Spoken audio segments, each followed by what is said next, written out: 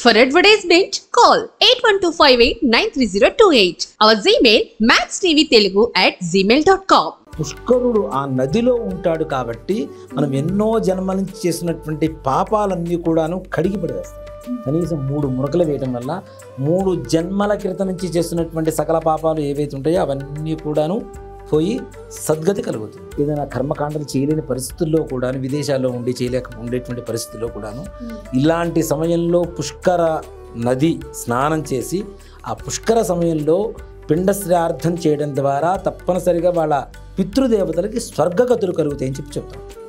మనం దానం ఇస్తే మన పిల్లలకి ఇచ్చేటువంటి ఆస్తులు ఎక్కడ తరిగిపోతుందో ఆలోచిస్తున్నాం. కానీ మనం దానం చేస్తే మనం తర్వాత మోక్షం కలగడానికి మన పిల్లలు చేస్తారు, ఇదే విధానం అని చెప్పి మాత్రం మనం ఎక్కడ ఆలోచించడం లేదు. నమస్కారం, మ్యాక్స్ టీవీ భక్తి ఛానల్కి స్వాగతం.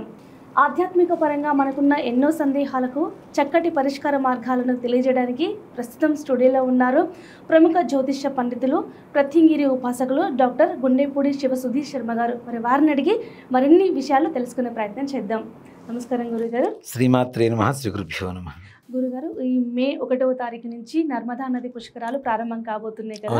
అలాగే పుష్కరం అంటే ఏంటి, పుష్కర సమయంలో నదీ స్నానం అనేది ఎటువంటి సత్ఫలితాలను ఇస్తుంది, అలాగే ఆ టైంలో ఆ 12 రోజులు జరిగే నదీ పుష్కరాలలో మనం ఎటువంటి పనులు చేయాలి?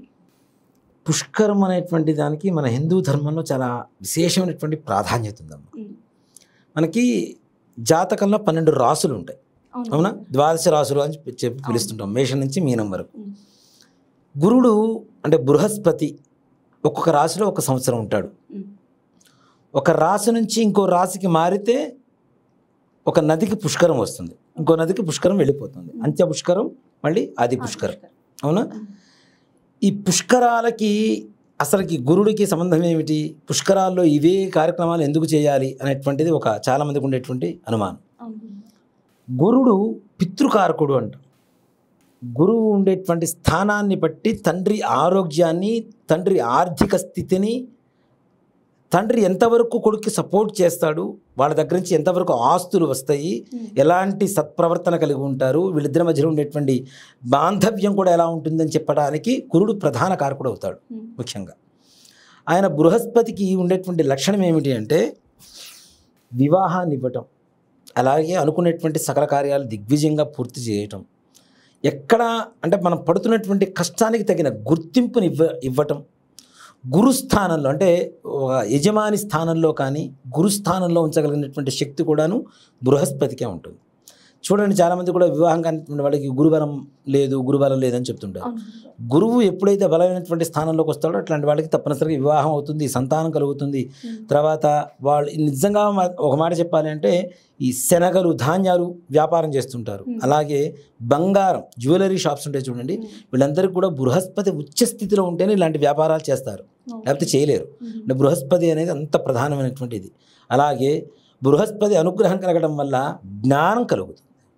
అంటే ఎవరితో ఎప్పుడు ఎక్కడ ఎలా ఎంతవరకు మాట్లాడాలో ఆ స్థిత ప్రజ్ఞతని ఇచ్చేటువంటి వాడే బృహస్పతి. అలాగే ఈ బృహస్పతి పుష్కరాన్ని ఎలా అయితే నిర్ణయిస్తున్నాడో మనకు 12 రాసుల వారికి కూడాను పుష్కరానికి ఒక గొప్పతనం ఏంటి అంటే, ఒక ఆడపిల్ల ఇంట్లోంచి ఏదో కారణాల వల్ల ఇంట్లోంచి వెళ్ళిపోయిందో, లేదంటే పుట్టింటి వారితో మాట్లాడలేదో, ఏదో కారణం అనుకుందాం, 12 సంవత్సరాలు అంటే పుష్కర కాలం అనేది చాలా ప్రధానం. 12 సంవత్సరాలు ఆ ఇంటి దీపాన్ని కనుక చూడకపోతే ఆ ఇంటికి, ఆ ఆడపడుచుకి బంధం తెగిపోయిందని చెప్తాం. అంటే పుష్కర కాలానికి అంత ప్రాధాన్యత ఉంటుంది. పుష్కరుడు అంటే ఒక నదికి సంబరాన్ని ఇవ్వడమే పుష్కరానికి ఉండేటువంటి పరమార్థం. మనకి 12 జీవనదులు, 12 రాసులు, 12 సంవత్సరాలు. ఒక నదికి పుష్కరం మరలా రావాలి అంటే మరలా 12 సంవత్సరాలు మనం వెయిట్ చేయాల్సిందే కదా. ఈ పుష్కర కాలంలో నిజంగా నదీ స్నానం, ఏ పుష్కరానికైతే, ఏ నదికైతే పుష్కరం వస్తుందో ఆ నదీ స్నానం చేయటం వల్ల పుష్కరుడు ఆ నదిలో ఉంటాడు కాబట్టి మనం ఎన్నో జన్మల నుంచి చేసినటువంటి పాపాలన్నీ కూడాను కడిగి పడేస్తాడు. దానివల్ల ఏమిటి, మనకి పాప నివారణ జరిగింది అంటే సద్గతి కలుగుతుందనే కదా.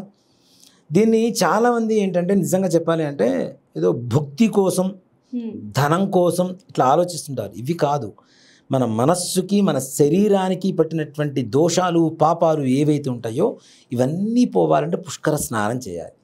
ఏ నదిలో అయితే పుష్కరుడు ఉంటాడో ఆ 12 రోజుల పాటు ఆ నదిలో స్నానం చేయడం ద్వారా పాపాలు పోతాయి, దోషాలు పోతాయి.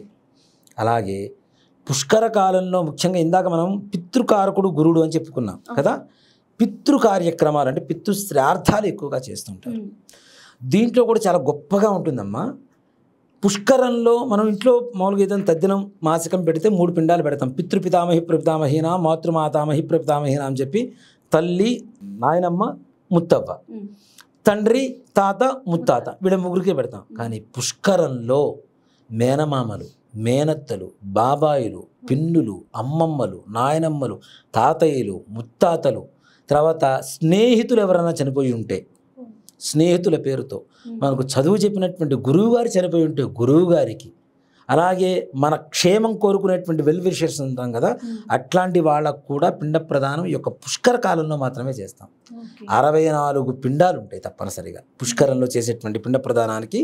64 పిండాలతో పిండ శ్రార్థం చేస్తాం మనం. నిజంగా ఒక మాట చెప్పాలంటే ఎవరైనా చనిపోయి ఉన్నప్పుడు ఏదైనా కర్మకాండలు చేయలేని పరిస్థితుల్లో కూడాను, విదేశాల్లో ఉండి ఉండేటువంటి పరిస్థితుల్లో కూడాను ఇలాంటి సమయంలో పుష్కర నది స్నానం చేసి ఆ పుష్కర సమయంలో పిండ శ్రార్థం చేయడం ద్వారా తప్పనిసరిగా వాళ్ళ పితృదేవతలకి స్వర్గగతులు కలుగుతాయని చెప్తాం. ఇప్పుడు చనిపోయినటువంటి వాళ్ళకి కర్మకాండలు వాళ్ళకి ఇష్టమైనటువంటి వ్యక్తులు చేయకపోవడం వల్ల కూడా ఆత్మఘోష వస్తుంది కదా. అలాంటి ఆత్మఘోష నివృత్తి కూడా యొక్క పుష్కర కాలంలో చేసేటువంటి పిండ ప్రదానం. దాంట్లో మళ్ళీ పిండ ప్రదాన కాలంలో కూడాను దానాలు ఉంటాయి. ఏం దానాలు? 16 షోడశ దానాలు అంటారు వాటిని. అలాగే దశ దానాలు అని చెప్పి 10 ఉంటాయి. మొత్తం కలిపి 26 రకాల దానాలు. ఈ 26 రకాల దానాలు ఎప్పుడు చేస్తాము అంటే మన పెద్దలు చనిపోయినప్పుడు ఏదైతే కర్మ చేస్తామో 12వ రోజున ఆ రోజున సపిండీకరణం అని చెప్పి చేస్తాం. అంటే పిండాలు కలుపుతూ ఉంటారు. ఆ సమయంలో ఈ దానాలు చేస్తాం. అలాంటి దానాలు మరలా ఎక్కడ చేయాలి అంటే పుష్కర కాలంలో చేస్తే తప్పనిసరిగా మన పూర్వీకులు ఎవరైతే ఉన్నారో స్వర్గనరక ప్రాప్తి కలగకుండా బాధపడుతున్నారో అలాంటి వాళ్ళందరి ఆత్మలకి మోక్షం కలుగజేసేటువంటి 12 రోజులు కూడాను చాలా దివ్యమైనటువంటి రోజులు. పుష్కర స్నానం చేస్తే సకల పాప హరణం, అంతే. ఒకటే మాట చెప్పాలి అంటే ఇప్పుడు ఏదో కొత్తగా ట్యాపులు వస్తున్నాయి, ట్యాపులు పెట్టేసి స్నానాలు చేస్తున్నారు. కానీ అలా కాకుండా మనం తప్పనిసరిగా నదిలో 3 మునకలు వేస్తే 3 అనే దానికి చాలా ప్రాధాన్యత ఉంది. బ్రహ్మ విష్ణు మహేశ్వరులు ముగ్గురే, త్రిమూర్తులు త్రిమాతలు ముగ్గురే మనకి. సో అంటే 3 అనేటువంటి సంఖ్యకి మన హిందూ ధర్మంలో ఎక్కువ ప్రాధాన్యత ఉంది. కాబట్టి కనీసం 3 మునకలు వేయటం వల్ల 3 జన్మల క్రితం నుంచి చేస్తున్నటువంటి సకల పాపాలు ఏవైతే ఉంటాయో అవన్నీ కూడాను పోయి సద్గతి కలుగుతుంది తప్పనిసరిగా. అలాగే గురుగారు, ఇప్పుడు మీరు అన్నారు కదా దానం చేస్తే ఆ టైంలో మంచిదని. అంటే అక్కడికి వెళ్ళి నదీ స్నానం చేసిన తర్వాత మనం దానం చేయాలా, లేకపోతే ఎక్కడ ఉన్నా సరే ఈ పుష్కర కాలంలో చేయొచ్చు అంటారా? పిండ ప్రధాన కాలంలో ఇవి చేయడం అనేది చాలా విశేషం అమ్మ. నదీ స్నానం చేసిన తర్వాత పిండ ప్రదానం చేస్తాం కదా, ఆ సమయంలో చేయడం అనేది మంచిది. ఇక్కడ నిజంగా ఒక మాట చెప్పాలంటే నర్మదా నదికి ఉండేటువంటి లక్షణం ఏంటి అంటే నర్మదా అనేటువంటి నామం ఈ పుష్కర కాలంలో స్మరించినా చాలు అంత పుణ్యం వస్తుంది. అలాగే కనీసం నర్మదా నదిని చూసిన, నర్మదా నదిలో కొద్దిగా నీళ్లు తీసుకుని మన శిరస్సును చల్లుకున్న పుణ్యం వస్తుంది. అలాంటిది స్నానం చేస్తే ఇంకెంత పుణ్యం వస్తుంది మనకి కదా. కాబట్టి నర్మదా నది ఓంకారేశ్వరిలో ఉంటుంది నర్మదా నది.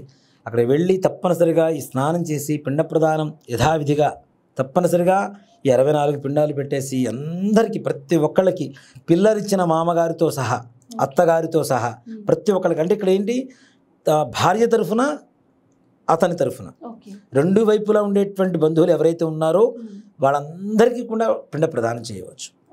దీని ద్వారా మోక్షం అనేది వాళ్ళకు కలుగుతుంది. అంతేకాకుండా ఇంకోటి ఏంటంటే మన హిందూ ధర్మం అంతరించిపోతున్న రోజులు, చాలా నిజంగా మాట చెప్పాలంటే హిందువుల మీద ఎక్కువగా దాడులు జరుగుతున్నటువంటి రోజులు, అంతరించిపోయేటువంటి స్థితి, హిందువు అని చెప్పుకోవడానికి కూడా భయపడేటువంటి రోజుల్లో ఉన్నాం. అలాంటిది మన పిల్లలకి మన సంప్రదాయాన్ని అందించాలి అంటే కనీసం సంవత్సరంలో ఒక్కసారైనా ఇలాంటివి చేస్తే, అరే ఇప్పుడు మనం మన పెద్దల కోసం చేస్తున్నాం, మన కోసం మన పిల్లలు చేయాలి కదా, చేయాలని మనం చూపించాలి కదా తప్పనిసరిగా. అరే ఇది విధానం, ఇలా చేయాలి, ఇలా చేస్తే బాగుంటుంది. మనం దానం ఇస్తే మన పిల్లలకి ఇచ్చేటువంటి ఆస్తులు ఎక్కడ తరిగిపోతుందని ఆలోచిస్తున్నాం. కానీ మనం మనం దానం చేస్తే మనం తర్వాత మోక్షం కలగడానికి మన పిల్లలు చేస్తారు, ఇదే విధానం అని చెప్పి మాత్రం మనం ఎక్కడ ఆలోచించడం లేదు కదా. అలా ఆలోచించొద్దు. ఖర్చు అనేది నిజంగా ఒక మాట చెప్పాలంటే దానం ధర్మం చేయడం అనేది మనతో పాటు మన పిల్లలకు కూడా నేర్పించాలి తప్పనిసరిగా. లేకపోతే పిల్లల్ని మనమే పిసినారితనంగా ఉండి పిల్లలకి పిసినారితనంగా ఉంటారు. చాలామందిని చూస్తుంటాం మా దగ్గరకు వచ్చేవాళ్ళు.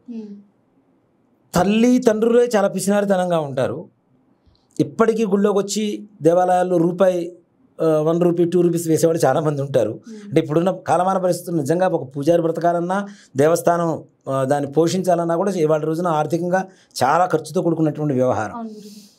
అలా అదే పరిస్థితి చివరికి ఏంటంటే నేను కొంతమంది చూశానమ్మా, ఏదన్నా యాత్రలకు వెళ్ళేటప్పుడు కూడాను ఇప్పుడు సామాన్యంగా ఏం చేస్తాం, యాత్రలకు వెళ్తున్నాం మనం డబ్బులు తీసుకొని వెళ్ళిపోతాం. యాత్రలకు వెళ్ళాల్సి ఉంటే ముందుగా ప్లాన్ చేసుకొని 2 నెలల ముందు నుంచి 1 రూపీ కాయిన్స్ దాచిపెట్టుకొని అవే తీసుకొని వెళ్ళి దానాలు చేసేటువంటి జనాలు కూడా ఇప్పటికీ ఉన్నారు. మనం మాత్రం బాగా కావాలి, మనం చేసే కొద్ది పనికి ఎక్కువ జీతం కావాలి, కానీ ఎదుటివాడు మాత్రం బతకడం కష్టం. అలా అని చెప్పి దానం ధర్మం ఎవరికి పడితే వాళ్ళకి చేయమని చెప్పటల్లా. మనం పాత్ర ఎరిగి దానం చేయాలి కాబట్టి ఎవరికైతే అవసరం అవుతుందో వాళ్ళకి సహాయం చేయడం తప్పు లేదు కదా. అది దాన్ని ఖర్చుతో మనం ఆలోచించాల్సిన అవసరం లేదు. కాబట్టి మన పిల్లలకి ఈ విధానాన్ని నేర్పించండి. ఈ పుష్కర స్నానం పిల్లలు కూడా చేయించండి, వాళ్ళకు కూడా మంచి విజ్ఞానం కలుగుతుంది. ఇందాక చెప్పేదా బృహస్పతి వల్ల మంచి విజ్ఞానం కలుగుతుంది, మంచి విద్యావంతులు అవుతారు, వివేకవంతులు అవుతారు, మంచి వివాహం బాగుంటుంది. ఇప్పుడున్న కాలమాన పరిస్థితుల్లో ఎక్కువగా వివాహ విఫలాలు ఎక్కువగా అవుతున్నాయి. ఇలాంటివన్నీ కూడా పోవడానికి నిజంగా పుష్కర స్నానం అనేది చాలా విశేషమైనటువంటి మార్గంగా చెప్పుకోవచ్చు. ఓకే గురుగారు, పుష్కరం అంటే ఏంటి, పుష్కరాలు ఎందుకు వస్తాయి, అలాగే పుష్కర స్నానం విశిష్టత, ఆ టైంలో పుష్కరాల సమయంలో ఎటువంటి దానాలు చేయాలి కూడా మాకు తెలియజేశారు గురుగారు. ధన్యవాదాలు. శ్రీమాత్రే నమః. శ్రీ గురుభ్యో నమః.